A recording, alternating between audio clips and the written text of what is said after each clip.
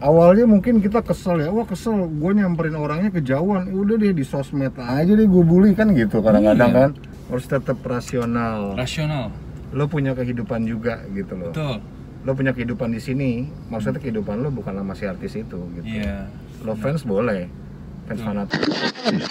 Ngosans, ngobrol santai cuy. Bola Kalapski. Bola Kalapski dengan Baby di sini. Guys, ini kebetulan memang gue lagi sama teman gue. Gue pengen ngobrol-ngobrol aja di sesi Ngosans, ngobrol santai.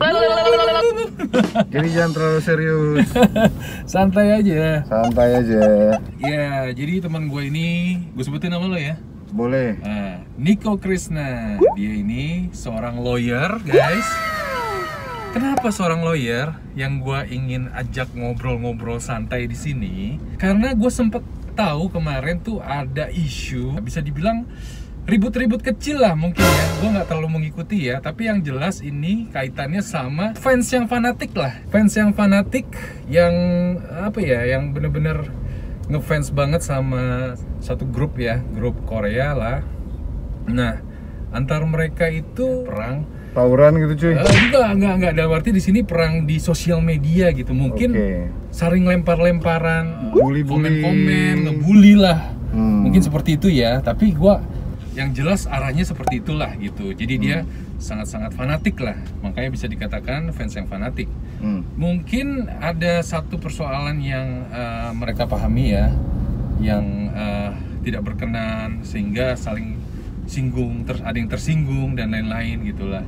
Tapi ini kan bahaya cuy. Menurut gue sih sangat bahaya kalau misalkan perang di sosial media lah. Contohnya mereka sharing lah itu, misalkan ke grup WhatsApp, Twitter atau manapun gitu kan, dengan kata-kata yang tajam atau mungkin yang lebih menyudutkan gitu. Mungkin mereka lebih menyerang ke fanbase-nya, nggak personal. Mungkin yang personal ada gitu loh. Seperti apa sih cuy pandangan lo kalau bahayanya fans fanatik ya. Jadi yang berperang di sosial media gitu loh.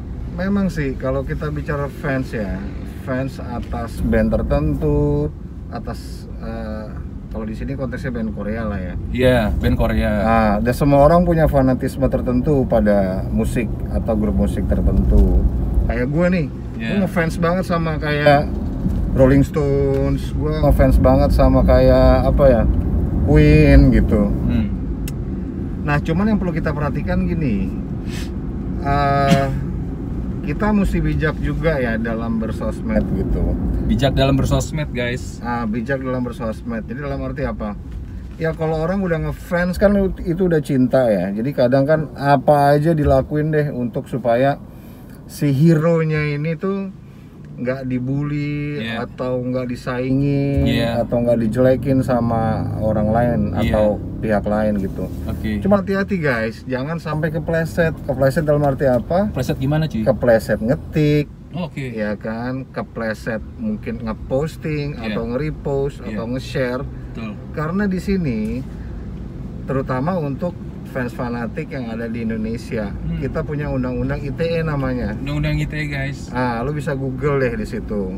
Kepanjangannya ITE deh apa? Informasi dan transaksi elektronik. Informasi transaksi elektronik. Ya, itu sangat sensitif banget. Maksud gua banyak sekali celah untuk orang bisa dipermasalahkan gitu loh. Di situ. Misalnya apa? Lo tanpa sadar di situ lo ngebully, bukan bandnya yang lo bully, tapi si fansnya lagi. Dalam arti lo ngebully orang atau kelompok tertentu gitu loh.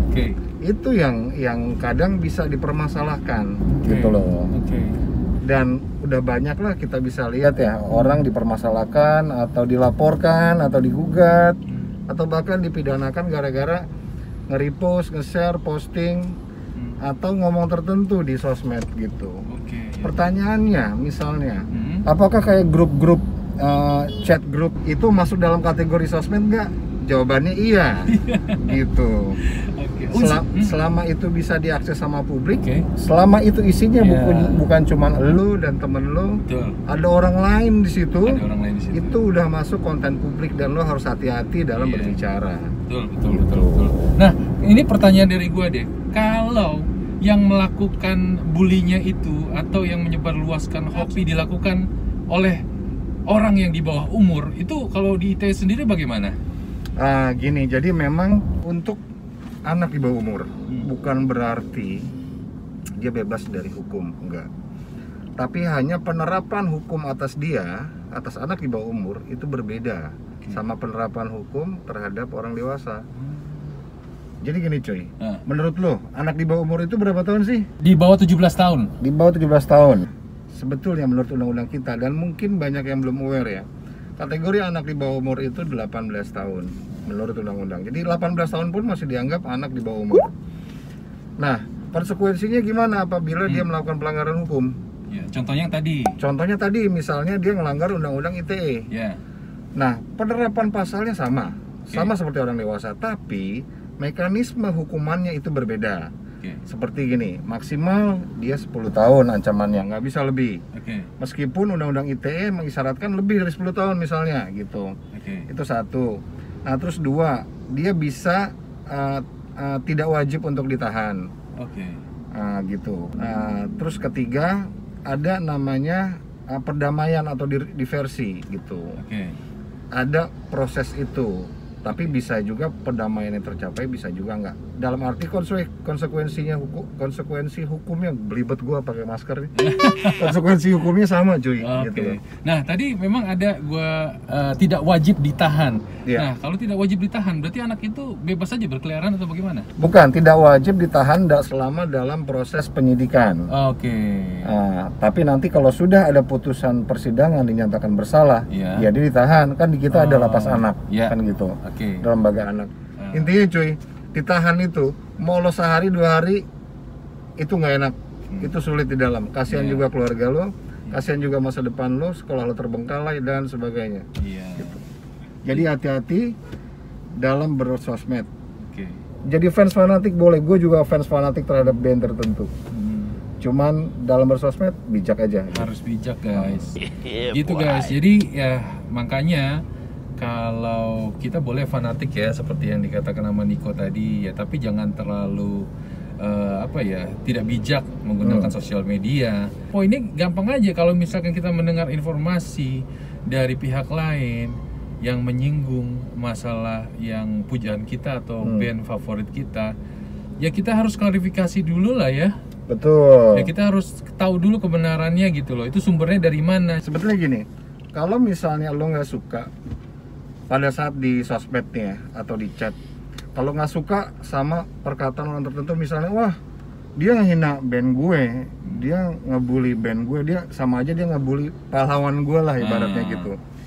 Jangan lo konfront itu di sosial media, di sosmed yang roomnya itu bisa diakses sama publik atau bisa dilihat sama publik. Orang banyak. Ya. Lo japri aja atau lo DM aja gitu. Dan itu pun nggak langsung lo kata-katain dan segala macem gitu. Konfirmasi aja dulu. Konfirmasi. Kan? Apa sih maksudnya ini, perkataan ini gitu ya? Betul, apakah maksud? Tapi lebih aman gini cuy. Lebih aman saat lo temuin langsung itu orang. Atau lo telepon. Jadi jangan ajak makan guys. Ajak makan, kopi dan sebagainya gitu. Jadi jangan di room sosmed itu juga lo kata-kataan. Lu bully-bulian dan sebagainya gitu. Jangan. Ngeri guys, bahaya, benar guys. Ngeri. Ngeri. Ya, makanya itu kalau kita udah tahu hal-hal yang tidak boleh dan yang boleh itu kan sangat baik ya guys ya. Makanya kembali lagi ya, kalau kita memang mengidolakan suatu grup band atau boy group dan lain sebagainya, alangkah baiknya kita pun juga sifatnya jangan terlalu langsung emosi dulu gitu lah. Kita paling coba untuk ya telaah dulu, kita harus cari tahu dulu kebenarannya gitu lah. Lagi pula juga jangan tersulut emosi lah gitu. Pengaruh-pengaruh yang ajakan-ajakan yang sekiranya membawa kita kepada hal-hal yang merugikan kita nantinya. Betul, gitu kan. Betul. Jangan deh. Itu ngerugiinnya dunia akhirat soalnya. Gak enak guys, jangan sampai deh kalau udah berurusan dengan hukum, waduh jangan deh. Betul. Ini Niko sendiri udah banyak menangani masalah hukum-hukum yang seperti itu, orang-orang yang kena impact dari perbuatan dia yang dilarang oleh undang-undang, oleh hukum di negara kita, guys. Iya. Jadi itu tidak enak sekali lah gitu. Awalnya mungkin kita kesel ya, wah kesel, gue nyamperin orangnya kejauhan, udah deh di sosmed aja deh gue bully kan gitu kadang-kadang kan. Wah orangnya di mana nih, di luar daerah nih misalnya kan. Gue di sosmed aja lah, gue bully segala macem di room public gitu. Jadi sebetulnya kuncinya sih efek publiknya mesti dihilangin. Jadi makanya kan banyak nih kalau lo punya akun itu kan ada di private, ya kan. Jadi nggak semua orang bisa ngelihat. Ada juga yang di public, semua orang bisa ngelihat apa yang lo post, meskipun itu bukan temen lo atau ya bukan temen lah di situ. Lo nggak temenan tapi bisa ngeliat kan, bisa kan kayak gitu kan, bisa. kayak FB, di IG juga bisa gitu kan. Di setting lah ya. Di settingannya. Maka itu sebisa mungkin sih lo selalu setting private deh lo punya akun gitu. Jadi lo bisa pastikan yang masuk dan berteman di akun lo itu dan bisa ngelihat postingan lo itu hanya teman-teman lo dan orang terdekat lo gitu ya. Jadi bukan yang wah kan ada sekarang kan gitu kan, asal ada mau follow siapa, gue nggak kenal nih, buat banyakin followers, gue proof aja kan gitu. Proof aja ya, walaupun nggak kenal aja, gitu biar kan. nggak kenal.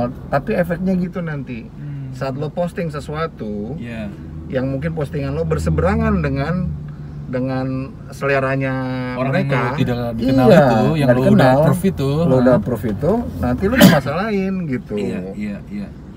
Iya. Lagi pula juga ya untuk apa ya? Menurut gue sih untuk apa banyak followers tapi kalau kita tidak banyak yang kenal gitu loh. That's right. Mendingan ya kita ya itu hak masing-masing ya. Tapi kalau menurut gue ya nggak perlulah terlalu banyak followers yang kita tidak kenal. Karena memang kalau menurut gua sih ya maksudnya kita sharing foto-foto kita di sosial media, contohnya Instagram gitu kan. Ya itu sebenarnya ya untuk orang-orang yang sebenarnya itu lebih baik itu untuk orang-orang yang kenal gitu. Jadi kan di komentar pun juga, apa kabar dan lain sebagainya, jadi nyambung gitu loh. Bukan hanya yang cuman nge-view doang gitu kan dan tidak komen sama sekali, gitulah kurang lebih guys. Dan penting sih gini ya, apa lagi? Penting cuy, kita mesti jadi netizen yang profesional. Dalam arti apa? Netizen yang pintar ya. Netizen yang pintar. Pintar ini maksud gue, jadi saat kita bikin akun di salah satu sosmed misalnya, kita harus tahu tuh peruntukan akun itu untuk apa. Misalnya lo untuk jualan, ya lo untuk promosi, atau emang untuk lo seneng-seneng happy aja gitu loh. Betul guys, dibedakan tuh guys. Dibedakan. Kalau lo punya akun, misalnya itu memang untuk misalnya open endorsement atau untuk iklan, itu nggak apa-apa lo setting public kan gitu. Nah tapi konten yang lo masukin di situ itu pun konten-konten jualan semua gitu. Bukan konten lo ngehina orang di situ kan, tentunya gitu. Nah tapi kalau untuk konten pribadi, sebaiknya lo setting private.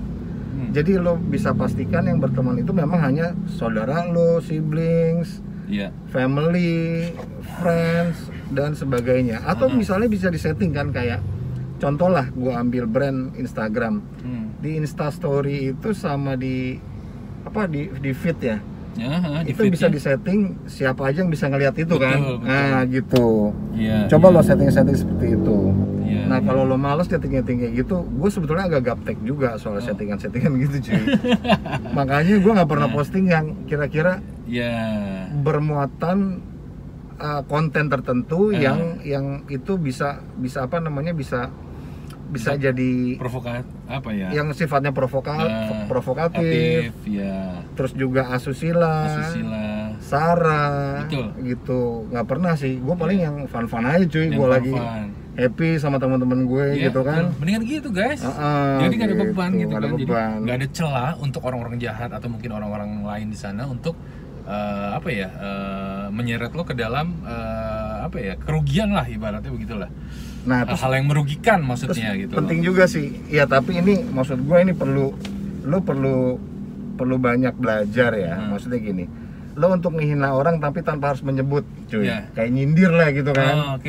Entah misalnya lo nyebut inisial atau lo nyebut istilah tertentu, tapi dari tulisannya nggak ada tulisan lo menghina orang itu, tapi secara tersirat maknanya lo menghina orang tertentu itu. Iya. Tapi lo harus canggih dulu cuy, gitu. Jadi ini permainan kata-kata guys. Lebih ke gimana lo bermain kata-kata untuk lo ini kan sharing lah ke khalayak ramai. Gitu. Ya itu media Twitter gitu kan. Ya pokoknya kalau ada unek-unek ya kan, unek-unek lah. Kalau ada unek-unek itu jangan main langsung tulis aja, jangan curdiman, share aja gitu kan, jangan pikirkan dulu gitu. Ya kalau misalkan lu nggak perlu sosial media, misalkan ya ada temen dekat, ya lu ajak sharing aja gitu, temen yang lu percaya gitu kan, lu ajak sharing, ngobrol kayak gua sama Niko gitu kan, kita ngobrol, kita saling diskusi kayak begini kan, jadinya clear di situ gitu loh, nggak ke hal-hal yang merugikan lu nantinya gitu kan, kalau menurut gua sih begitu. Jadi gini ya cuy, kita mesti bedain lah sama fan fanatik ini, belum tentu dia seorang selebgram kan. Bukan selebgram itu seleb Instagram. Maksud gua belum tentu dia seorang selebriti yang dia cari uang dari sosmednya. Jadi akan sangat rugi kalau lo terlalu eksibisionis, terlalu meledak-ledak di sosmed lo bukannya dapat duit yang ada, tapi malah bisa dapat tuntutan gitu. Iya, impactnya ya, tuntutan hukum bisa-bisa. Mungkin kalau seorang selebritis atau selebgram atau selebritis di sosmed, lo memposting sesuatu yang viral, sesuatu yang exciting gitu, itu bisa jadi viral, lo dapat duit. Nah cuman kalau lo nggak dapat duit dari situ buat apaan? Gitu loh. Iya.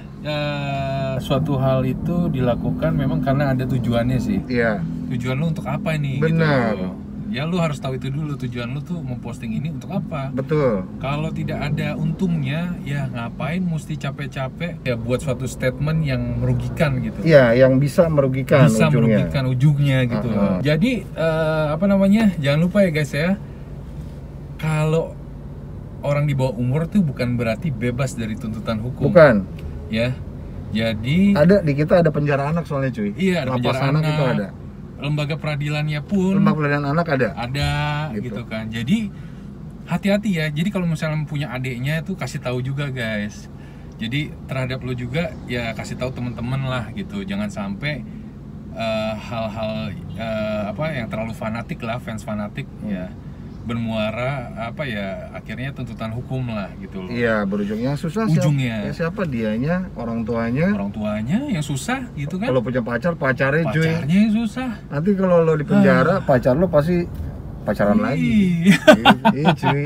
Nggak mau kan guys? Iya. Ngapain lo mau punya pacar di penjara cuy? Kalau enggak, gue cari yang lain.